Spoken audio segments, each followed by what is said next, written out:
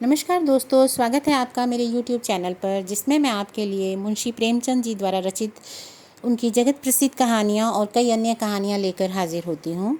और अभी मैंने शुरू की हुई है मुंशी प्रेमचंद जी द्वारा लिखी हुई कहानी दो सखियाँ, जिसमें दो सखियाँ पद्मा और चंदा आपस में अपने जीवन के बारे में एक दूसरे से बात करती हैं पत्रों के माध्यम से। दोनों के जीवन में कई तरह के उतार चढ़ाव आ रहे हैं। और पिछले वीडियो में आपने पद्मा की कहानी सुनी थी, जिसमें पद्मा के पति उसका घर छोड़कर चले गए हैं, लेकिन उसके पीछे उन्हें ऐसा लगता है कि पद्मा को उनके साथ रहना पसंद नहीं है। तो यहाँ पर उनका कोई किसी के साथ चक्कर नहीं है। उसके विपरीत उनको लगता है कि पद्मा उनके साथ सुखी नहीं है, पद्मा अलग रहना चाहती है, इसलिए वो उसको छोड़कर चले गए हैं। दूसरी तरफ चंदा के जीवन में भी कई तरह के संघर्ष चल रहे हैं। उसको अपने ससुराल में कई तरह की परेशानियों का सामना करना पड़ रहा है। अब पद्मा के पत्र के उत्तर में चंदा अपनी सखी को पत्र लिख रही है। तो इस पत्र में चंदा लिखती है, प्रिय पद्मा, कई दिन तक तुम्हारे पत्र की प्रतीक्षा करने के बाद आज यह खत लिख रही हूँ। मैं अब भी आशा कर रही हूँ कि विनोद बाबू घर आ गए होंगे, मगर अभी वह ना आए हों और तुम रो रो कर अपनी आंखें फोड़े डालती हो तो मुझे जरा भी दुख ना होगा। तुमने उनके साथ जो अन्याय किया है उसका यही दंड है। मुझे तुमसे ज़रा भी सहानुभूति नहीं है। तुम गृहिणी होकर वह कुटिल क्रीड़ा करने चली थी जो प्रेम का सौदा करने वाली स्त्रियों को ही शोभा देती है। मैं तो जब खुश होती कि विनोद ने तुम्हारा गला घोंट दिया होता और भुवन के कुसंस्कारों को सदा के लिए शांत कर दिया होता। तुम चाहे मुझसे रूठ ही क्यों ना जाओ, पर मैं इतना ज़रूर कहूँगी कि तुम विनोद के योग्य नहीं हो। शायद तुमने अंग्रेज़ी किताबों में पढ़ा होगा कि स्त्रियां छैले रसिकों पर ही जान देती हैं, और यह पढ़कर तुम्हारा सिर फिर गया है। तुम्हें नित्य कोई सनसनी चाहिए, अन्यथा तुम्हारा जीवन शुष्क हो जाएगा। तुम भारत की पति प्राण रमणी नहीं, यूरोप की आमोद प्रिय युवती हो। मुझे तुम पर दया आती है। तुमने अब तक रूप को ही आकर्षण का मूल समझ रखा है। रूप में आकर्षण है, मानती हूँ, पर इस आकर्षण का नाम मोह है। वह स्थायी नहीं है, केवल धोखा है। प्रेम का एक ही मूल मंत्र है, और वह है सेवा। यह मत समझो कि जो पुरुष तुम्हारे ऊपर भ्रमर की भांति मंडराया करता है वह तुम्हें प्रेम करता है। उसकी यह रूपा शक्ति बहुत दिनों तक नहीं रहेगी। प्रेम का अंकुर रूप में है, पर उसको पल्लवित और पुष्पित करना सेवा का ही काम है। मुझे विश्वास नहीं आता कि विनोद को बाहर से थके मांदे पसीने से तर देखकर तुमने कभी पंखा झला होगा। शायद टेबल फैन लगाने की बात भी न सूझी होगी। सच कहना, मेरा अनुमान ठीक है या नहीं? बतलाओ, तुमने कभी उनके पैरों की चंपी की है?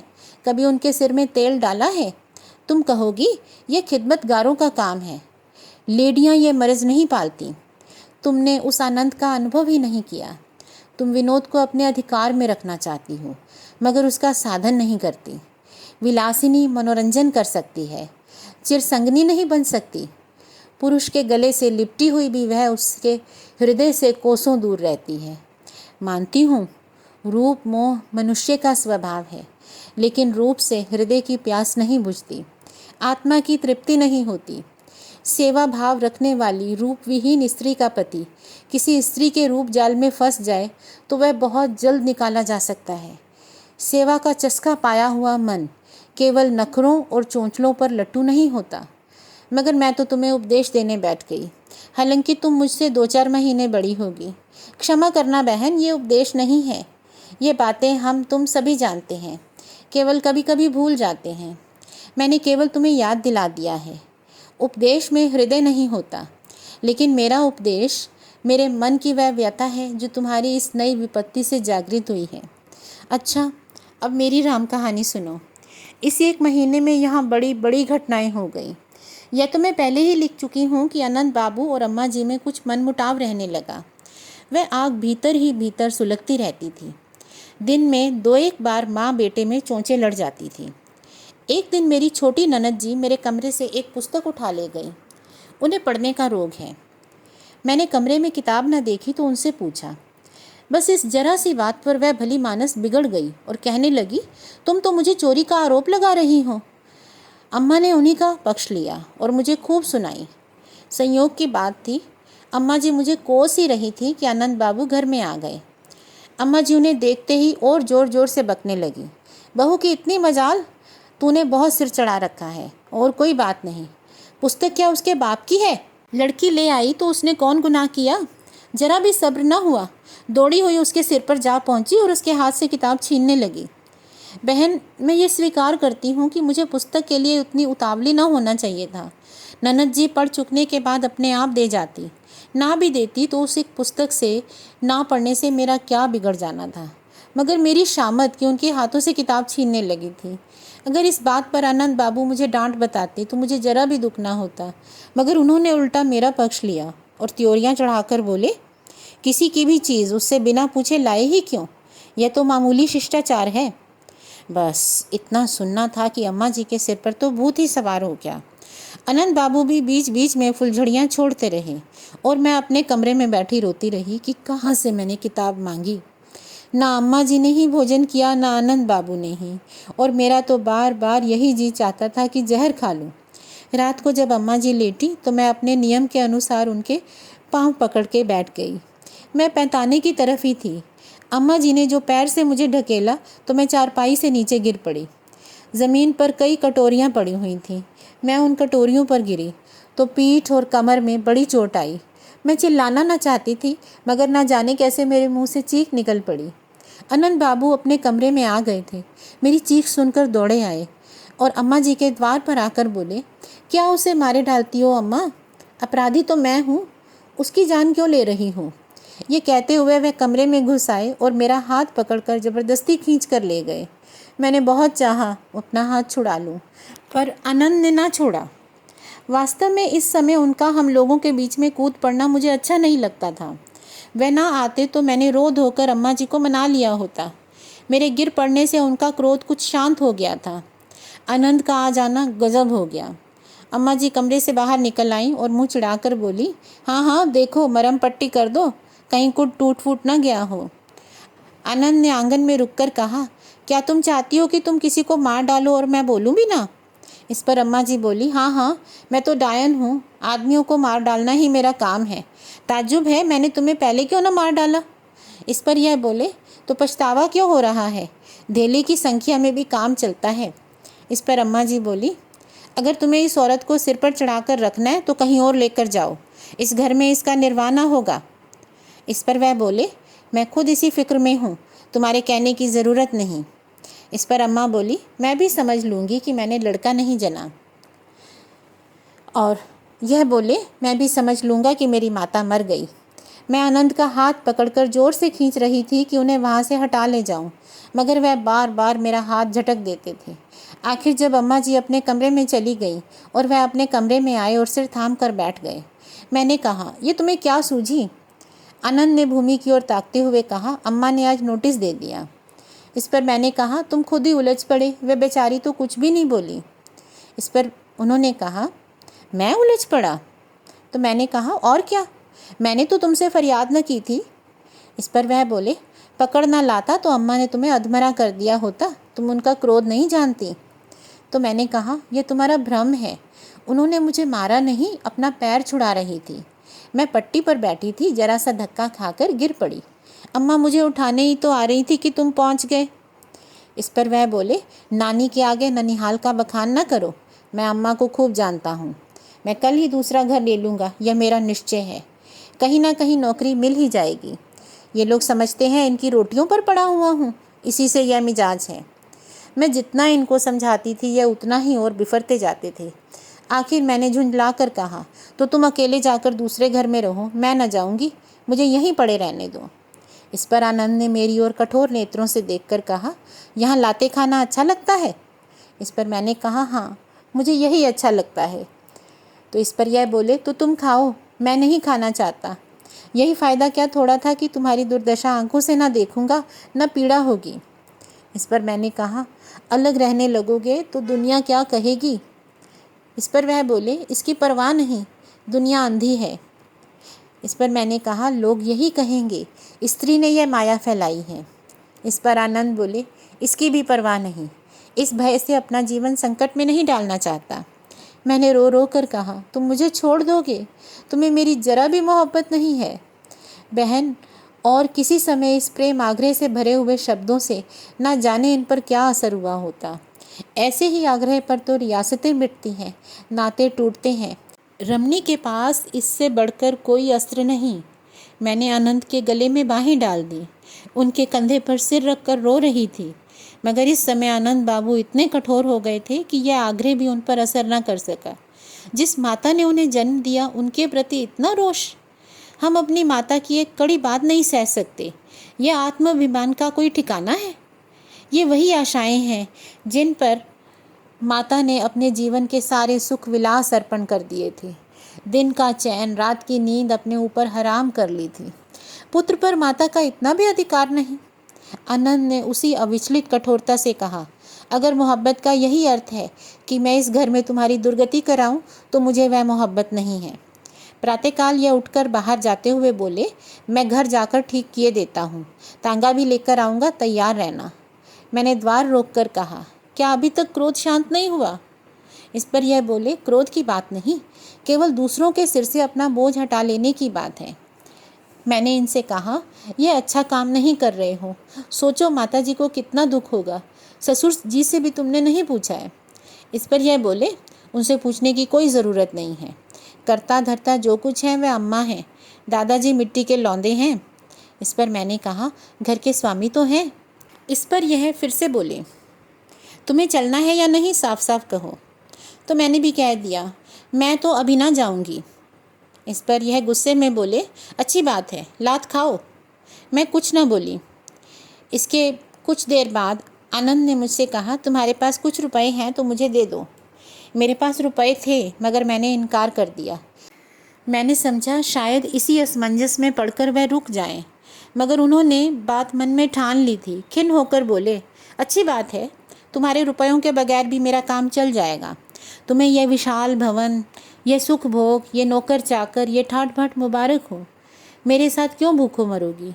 वहाँ क्या सुख होगा? मेरे प्रेम का मूल्य ही क्या? ये कहते हुए वह चले गए। बहन, क्या कहूँ, उस समय अपनी बेबसी पर कितना दुख हो रहा था। बस यही जी में आता था कि यमराज आकर मुझे उठा ले जाए। मुझ कुल कलंकनी के कारण माता और पुत्र में यह वैमनस्य हो रहा था। जाकर अम्मा जी के पैरों में गिर पड़ी और रो रो कर अनंत बाबू के जाने के बारे में बताया, मगर माता जी का हृदय जरा भी ना पसीजा। मुझे आज मालूम हुआ कि माता भी इतनी वज्र हृदय हो सकती हैं। फिर अनंत बाबू का हृदय क्यों कठोर ना हो? अपनी ही माता के पुत्र हैं। माता जी ने निर्दयता से कहा, तुम उसके साथ क्यों ना चली गई? जब वह कहता था तो चले जाना चाहिए था। कौन जाने, यहाँ मैं किसी दिन तुम्हें विष दे दूँ। मैंने गिड़गिड़ा कर कहा, अम्मा जी उन्हें बुला लीजिए, आपके पैरों पड़ती हूँ, नहीं तो वे कहीं चले जाएंगे। अम्मा उसी निर्दयता से बोली, जहाँ चाहे जाए, वह कौन मेरा है? अब तो जो कुछ है तुम हो, मुझे कौन गिनता है? आज जरा सी बात पर यह इतना झल्ला रहा है, और मेरी अम्मा जी ने तो मुझे सैकड़ों ही बार पीटा होगा। मैं भी छोकरी न थी, तुम्हारी उम्र की थी, पर मजाल न थी कि तुम्हारे दादाजी से किसी के सामने बोल सकूं। कच्चा ही खा जाती, मार खाकर रात भर रोती रहती थी, पर इस तरह घर छोड़कर कोई न भागता था। आजकल के लोंडे तो प्रेम करना ही नहीं जानते। हम भी प्रेम करते थे, पर इस तरह नहीं कि माँ बाप छोटे बड़े किसी को कुछ ना समझें। यह कहती हुई माताजी पूजा करने चली गई। मैं अपने कमरे में आकर नसीबों को रोने लगी। यही शंका होती थी अनंत किसी तरह की कोई गलत राह न ले लें। बार बार जी में सोचता था कि रुपए क्यों न दे दिए, बेचारे इधर उधर मारे मारे फिरते होंगे। अभी हाथ मुंह भी न धोया था, जलपान भी न किया होगा। वक्त पर जलपान न करेंगे तो जुकाम हो जाएगा। उन्हें जुकाम होता है तो हरारत भी हो जाती है। महरी से कहा, जरा जाकर देखो तो बाबूजी कमरे में हैं। उसने आकर कहा, कमरे में तो कोई नहीं है, खूंटी पर कपड़े भी नहीं हैं। मैंने पूछा, क्या और भी कभी इस तरह से अम्मा जी से रूठे हैं? महरी बोली, कभी नहीं बहू, ऐसा सीधा तो मैंने लड़का ही नहीं देखा। मालकिन के सामने कभी सिर न उठाते थे, आज न जाने क्यों चले गए। अब मुझे आशा थी कि दोपहर को भोजन के समय तक वह आ जाएंगे, लेकिन दोपहर कौन कहे, शाम होने को आई, लेकिन उनका कुछ पता नहीं था। सारी रात जागती रही, द्वार की ओर कान लगे रहे, मगर रात भी उसी तरह से गुजर गई। बहन, इस प्रकार पूरे 3 दिन बीत गए। उस वक्त तुम मुझे देखती तो पहचान न पाती। रोते रोते आंखें लाल हो गई थीं। इन 3 दिनों में एक पल भी ना सोई हूँ। भूख का तो जिक्र ही क्या, पानी तक नहीं पिया।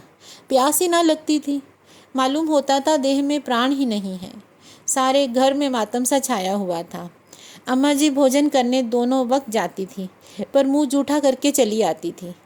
दोनों ननदों की हंसी और चुहल भी गायब हो गई थी। छोटी ननद जी तो मुझसे अपना अपराध क्षमा कराने आई। चौथे दिन सवेरे रसोइये ने आकर मुझे कहा, बाबूजी तो अभी मुझे दशवमेघ घाट पर मिले थे। मैं उन्हें देखकर ही लपक कर उनके पास आ पहुंचा और बोला, भैया घर क्यों नहीं चलते, सब लोग घबराए हुए हैं। बहू जी ने 3 दिन से पानी नहीं पिया, उनका हाल बुरा है। ये सुनकर वह सोच में पड़ गए और फिर बोले, बहू जी ने क्यों दाना पानी छोड़ दिया है? जाकर कह देना, जिस आराम के लिए उस घर को ना छोड़ सकी, उससे क्या इतनी जल्दी जी भर गया? अम्मा जी उसी समय आंगन में आ गई।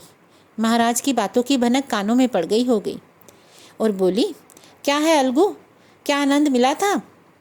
महाराज बोले, हाँ बड़ी बहू, अभी दशवमेघ घाट पर मिले थे। मैंने कहा घर नहीं चलते, तो बोले घर में मेरा कौन बैठा है? इस पर अम्मा ने कहा, कहा नहीं, और कोई अपना नहीं है तो स्त्री तो अपनी है, उसकी जान क्यों लेते हो? इस पर महाराज ने कहा, मैंने बहुत समझाया बड़ी बहू, पर वह टस से मस न हुए। फिर अम्मा जी ने पूछा, करता क्या है? महाराज ने कहा, यह तो मैंने नहीं पूछा, पर चेहरा बहुत उतरा हुआ था। अम्मा जी बोली, ज्यों ज्यों तुम बूढ़े होते जाते हो शायद सठियाते जाते हो। इतना तो पूछा होता, कहाँ रहते हो, कहाँ खाते पीते हो।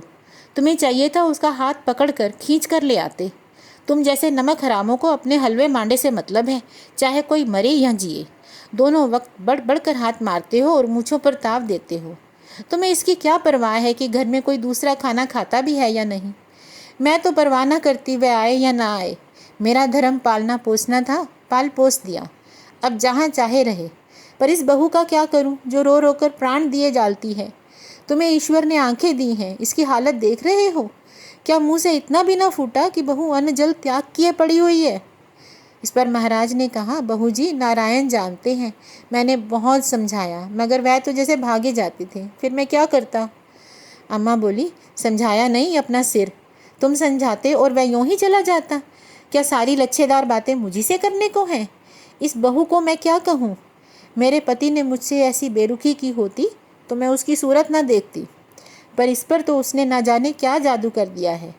ऐसे उदासियों को तो उल्टा चाहिए जो उन्हें तिगनी का नाच नचाए। कोई आधे घंटे बाद कहार ने आकर कहा, बाबूजी आकर कमरे में बैठे हुए हैं। मेरा कलेजा धक धक करने लगा। जी चाहता था जाकर पकड़ लाऊं, पर अम्मा जी का हृदय सचमुच वज्र है। बोली, जाकर कह दे यहाँ उनका कौन बैठा है जो आकर बैठे हैं। मैंने हाथ जोड़कर कहा, अम्मा जी उन्हें अंदर बुला लीजिए, कहीं फिर न चले जाएं। इस पर अम्मा बोली, यहाँ उसका कौन बैठा हुआ है जो आएगा? मैं तो अंदर कदम न रखने दूंगी। अम्मा जी तो बिगड़ रही थी। उधर छोटी ननद जी जाकर आनंद बाबू को अंदर ले आईं। सचमुच उनका चेहरा उतरा हुआ था, जैसे महीनों के मरीज हों। ननद जी उनको इस तरह से खींचे लाती थी जैसे कोई लड़की ससुराल जा रही हो। अम्मा जी ने मुस्कुराकर कहा, इसे यहाँ क्यों लाई? यहाँ इसका कौन बैठा है? आनंद सिर झुकाए अपराधियों की भांति खड़े थे, जबान न खुलती थी। अम्मा जी ने फिर पूछा, 4 दिन से कहाँ थे? इस पर यह बोले, कहीं नहीं, यहीं तो था। तो अम्मा जी ने कहा, खूब चैन से रहे होगे? इस पर इन्होंने कहा, जी हाँ, कोई तकलीफ़ न थी। इस पर अम्मा जी बोली, वह तो सूरत से ही मालूम होता है। ननद जी जलपान के लिए मिठाई लाई। आनंद मिठाई खाते इस समय इस तरह झेप रहे थे मानो ससुराल आए हों। फिर माताजी उन्हें लिए अपने कमरे में चली गईं। वहाँ आधे घंटे तक माता पुत्र में क्या बातें होती रहीं। मैं कान लगाए हुए थी, पर साफ कुछ ना सुनाई देता था। हाँ, ऐसा मालूम होता था कभी माताजी रोती थी, कभी आनंद। माताजी जब पूजा करने निकली तो उनकी आंखें लाल थीं। आनंद वहाँ से निकले और सीधे मेरे कमरे में आए। मैं उन्हें आते देखकर चटपट मुंह ढाँपकर चारपाई पर पड़ रही, मानो बेखबर सो रही हूँ। वे कमरे में आए और मुझे चारपाई पर पड़े देखा। मेरे समीप आकर एक बार धीरे से पुकारा और लौट पड़े। मुझे जगाने की हिम्मत न पड़ी। मुझे जो कष्ट हो रहा था उसका एकमात्र कारण अपने को समझकर वह मन ही मन दुखी हो रहे थे। मैंने अनुमान किया था वह मुझे उठाएंगे, मैं मान करूँगी, वह मनाएंगे, मगर मेरे सारे मंसूबे खाक में मिट गए। उन्हें लौटते देखकर मुझसे रहा ना गया। मैं हकबका कर उठ बैठी और चारपाई से नीचे उतरने लगी, मगर ना जाने क्यों मेरे पैर लड़खड़ाए और ऐसा जान पड़ा मैं गिरी जाती हूँ। सहसा आनंद ने पीछे मुड़कर मुझे संभाल लिया और बोले, लेट जाओ लेट जाओ, मैं कुर्सी पर बैठा जाता हूँ। यह तुमने अपनी क्या गति बना ली है? मैंने अपने को संभाल कर कहा, मैं तो बहुत अच्छी तरह से हूँ, आपने कैसे कष्ट किया? इस पर वह बोले, पहले तुम भोजन कर लो तो पीछे मैं कुछ बात करूँगा। तो मैंने भी जवाब दे दिया, मेरे भोजन की आपको क्या फ़िक्र पड़ी है, आप तो सैर सपाटे कर रहे हैं। इस पर वह बोले, जैसे सैर सपाटे मैंने किए हैं मेरा दिल जानता है, मगर बातें पीछे करूँगा, अभी मुंह हाथ धोकर कुछ खा लो, 4 दिन से पानी भी मुंह में नहीं डाला, राम राम। इस पर मैंने कहा, ये आपसे किसने कहा मैंने 4 दिन से दाना पानी नहीं खाया है? जब आपने मेरी परवाह न की तो मैं क्यों दाना पानी छोड़ती? इस पर यह बोले, वह तो तुम्हारी सूरत ही बता रही है, खिले हुए फूल से कैसे मुरझा गई हो। तो मैंने कहा, जरा अपनी सूरत भी जाकर आईने में देखिए। इस पर वह बोले, मैं तो पहले ही कौन सा सुंदर था, ठूंठ को पानी मिले और ना मिले क्या फ़र्क पड़ता है। मैं ना जानता था कि तुम अनशन व्रत ले लोगी, नहीं तो ईश्वर जानता है, अम्मा मार मार कर भी भगाती तो भी ना जाता। मैंने तिरस्कार की दृष्टि से देखकर कहा, तो क्या सचमुच तुम समझे थे कि मैं यहाँ केवल आराम के विचार से रह गई? आनंद ने जल्दी से अपनी भूल सुधारी, नहीं नहीं प्रिय, मैं इतना गधा नहीं हूँ, पर मैं ये कदापि नहीं समझता था कि तुम बिल्कुल दाना पानी छोड़ दोगी। बड़ी कुशल हुई कि मुझे महाराज मिल गया, नहीं तो तुम प्राण ही दे देती। फिर ऐसी भूल ना होगी, कान पकड़ता हूँ। अम्मा जी तुम्हारा बखान कर कर के रोती रही। मैंने प्रसन्न होकर कहा, तब तो मेरी तपस्या सफल हो गई। इस पर यह बोले, थोड़ा सा दूध पी लो तो बातें करते हैं, जाने कितनी बातें करनी हैं। इस पर मैंने कहा, पी लूँगी, ऐसी क्या जल्दी है। तो वह बोले, जब तक तुम कुछ खा न लोगी मैं यही समझूंगा तुमने मेरा अपराध क्षमा नहीं किया। इस पर मैंने कहा, मैं भोजन तभी करूँगी जब तुम प्रतिज्ञा करो कि फिर कभी इस तरह रूठ कर ना जाओगे। इस पर इन्होंने कहा, मैं सच्चे दिल से यह प्रतिज्ञा करता हूँ। बहन, 3 दिन कष्ट तो हुआ, पर मुझे इसके लिए जरा भी पछतावा नहीं है। इन 3 दिनों के अनशन ने दिलों में जो सफाई कर दी वह किसी दूसरी विधि से कदापि ना होती। अब मुझे विश्वास है हमारा जीवन शांति से व्यतीत होगा। अपना समाचार शीघ्र लिखना, तुम्हारी चंदा। तो दोस्तों, इस कहानी में हम देख रहे हैं कि चंदा ने अपने पति के जाने के बाद जब अन्न जल का त्याग कर दिया तो उसके सेवा भाव, उसके प्रेम और समर्पण से उसकी सास का हृदय भी अछूता नहीं रहा और उसका मन अपनी पुत्र वधू के लिए भर आया और वह अपने पुत्र को भी अपने घर में वापस चाहती थी। ऊपर से माता चाहे कितनी भी कठोर हो, लेकिन माता के मन में अपने बच्चों के लिए प्रेम हमेशा रहता है और इसीलिए जैसे ही उन्हें अपने पुत्र के नाम की भनक मिली वो भागती भागती बाहर आई और महाराज से कहा कि उसको साथ में क्यों नहीं लेके आया। और जब पुत्र वापस आया तो ऊपर ऊपर से गुस्सा दिखाया, लेकिन अंदर कमरे में बैठकर माँ बेटे ने अपने मन में भरे हुए क्लेश को आंखों के आंसुओं से धो डाला और इस तरह से चंदा का जीवन सुखमय हो गया। दूसरी तरफ पद्मा के जीवन में क्या होता है? पद्मा का पति उसे छोड़कर कहीं चले गया है और उसे अभी तक यह नहीं पता कि वह कहाँ गया है। अब वह किस तरह से अपने पति को ढूंढेगी? क्या उसको भी अपने जीवन में खुशी मिलेगी? इसके बारे में जानने के लिए आपको इस कहानी का अगला भाग सुनना पड़ेगा इसी चैनल पर। दोस्तों, अगर आपको मेरी कहानियाँ पसंद आ रही हैं तो आप मेरे चैनल को लाइक, शेयर और सब्सक्राइब ज़रूर करें।